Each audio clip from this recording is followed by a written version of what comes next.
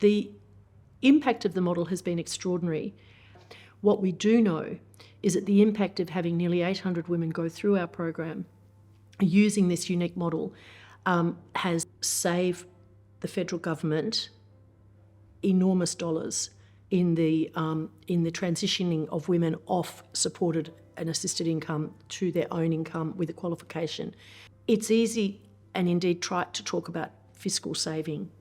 What we really need to be thinking about as well is the extraordinary impact that's had for women and girls across this state as they have transitioned from Centrelink or assisted living, so assisted support, to now having a qualification, a vocational qualification, which is portable and recognised across the country, and then into sustainable work where their employment is guaranteed for at least a 12-month period. We are sticking to 5 areas of high labour demand so that the participants who come into our program know that there'll be a job outcome. We also know that in those areas of high labour demand, TAFE is invariably free. So the barriers are not as high to finding work and staying in work. So we're wanting to take aged care, childcare, transport, trades and horticulture, commercial cookery beyond regional Victoria and metropolitan Melbourne to the other states. We're wanting to grow our 3 social enterprises because we're embracing a build to last strategy. We don't want to be reliant on government funding and philanthropic funding forever. A, because those resources need to be shared with others who are commencing their journeys, but more importantly, we want to be self-sufficient. We just need a hand up, we don't need a hand out.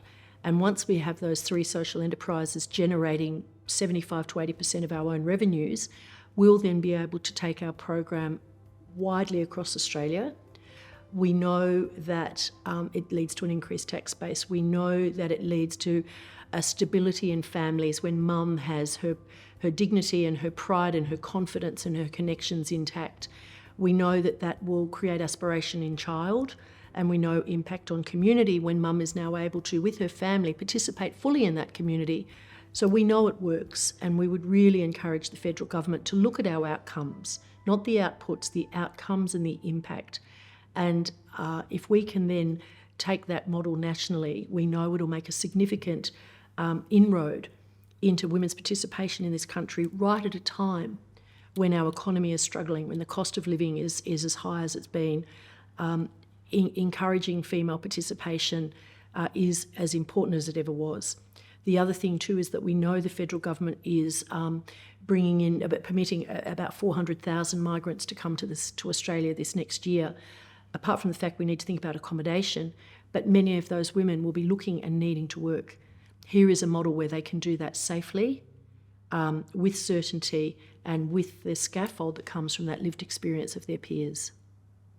So it's been an extraordinary journey. We're in 7 places across Victoria. We're about to go to New South Wales and South Australia. We're looking for a national expansion.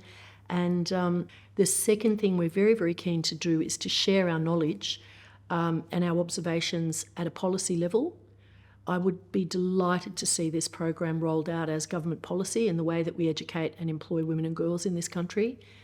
And then, of course, the final thing is whether we're able, over time, to take our program into the Asia-Pac region, which may well happen over time. But right now, that's enough on our plate. Every now and then I just reflect on the impact we've had, and it makes me very humble and very, very proud of the women we've supported.